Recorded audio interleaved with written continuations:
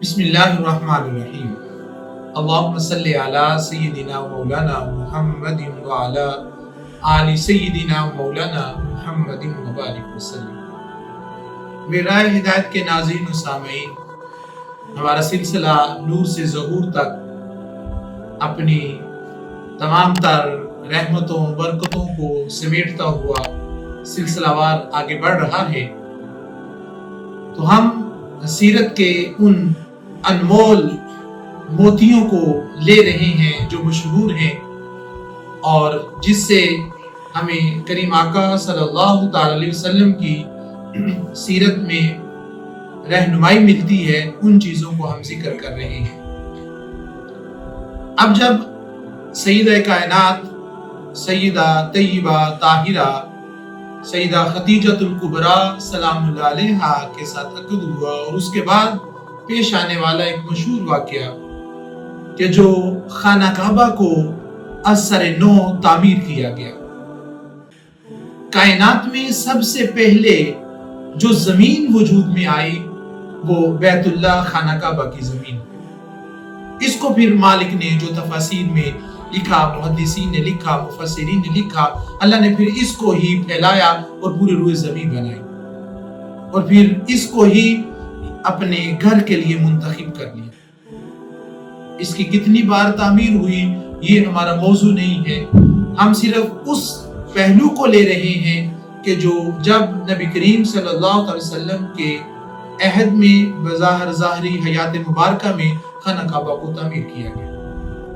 خانہ کعبہ کی جگہ بنیادی طور پر نیچے ہے کیونکہ پہاڑی علاقہ ہے، اور آج بھی اگر اللہ پاک آپ کو لے کے جائے تو آپ دیکھتے ہیں کہ جب آپ نے مطاف میں داخل ہونا ہے، صحن حرم میں داخل ہونا ہے، تو پھر آپ کو سیڑھیاں اتر کے نیچے جانا پڑتا ہے۔ وہ کم و بیش اللہ کمی بیشی معاف فرمائے، وہ 40 سے 50 کے قریب سیڑھیاں ہیں جو سٹیپ بائی سٹیپ بنی ہوئی ہیں۔ پہلے برآمدے اتر کے پھر دوسرا برآمدہ آتا ہے، اس کے بعد جا کر پھر مطاف آتا ہے۔ تو سیڑھیاں اتر کر نیچے، وہ پہاڑی علاقہ ہے، اور جب اس میں مختلف روایات ہیں کہ بہت زیادہ بارشیں ہوئی تو جب بارش ہوتی ہے تو پانی زمین جذب نہیں کرتی، تو جس طرف ڈلوان ہوتی ہے، جس طرف گہرائی ہوتی ہے، پانی اس طرف آ جاتا ہے۔ تو ارد گرد پہاڑ تھے، جب بارشیں زیادہ ہوئی تو وہ پانی سارا بیت اللہ میں آ گیا، اس سے اس کی بنیادیں ہل گئی اور جس وجہ سے دیواروں میں دراڑ آ گئی۔ اس وجہ سے خانہ کعبہ کی بظاہر حالت جو عمارت کی حالت ہے وہ خستہ ہو گئی۔ ایک تو اس کی یہ وجہ بیان کی جاتی ہے، دوسرا یہ کہ ایک عورت تھی جو خانہ کعبہ میں دھوری دیا کرتی تھی خوشبو کے ساتھ، تو اس سے ایک انگارہ نکلا، خانہ کعبہ کا غلاف جلا اور اس سے اس کی عمارت جو ہے وہ خستہ ہو گئی۔ یہ دونوں روایات اپنی جگہ مصدقہ ہیں اور اپنی جگہ حقیقت رکھتی ہیں۔ خیر، جب انہوں نے خانہ کعبہ کو تعمیر کرنے کے لیے ارادہ کیا، اس سے پہلے یہ تھا کہ کوئی بھی اگر خانہ کعبہ کو گرانے کے لیے یا اس کو نقصان پہنچانے کے لیے ارادہ کرتا، اللہ اس پہ بیماری کو بھیج دیتا۔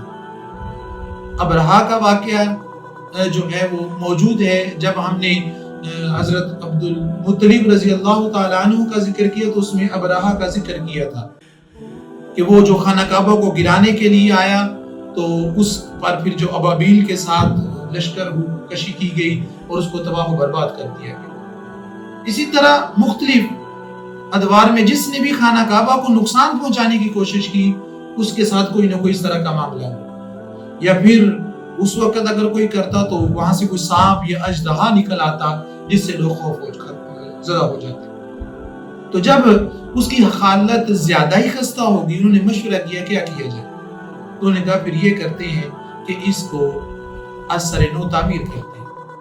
اس کے لیے فیصلہ ہوا تو پھر حضرت ابو طالب علیہ السلام کے پاس آئے کہ آپ رب کی بارگاہ میں گزارش کریں، آپ دعا کریں کہ ہم اس نیت سے اس خانہ کعبہ کو شہید کرنا چاہتے ہیں۔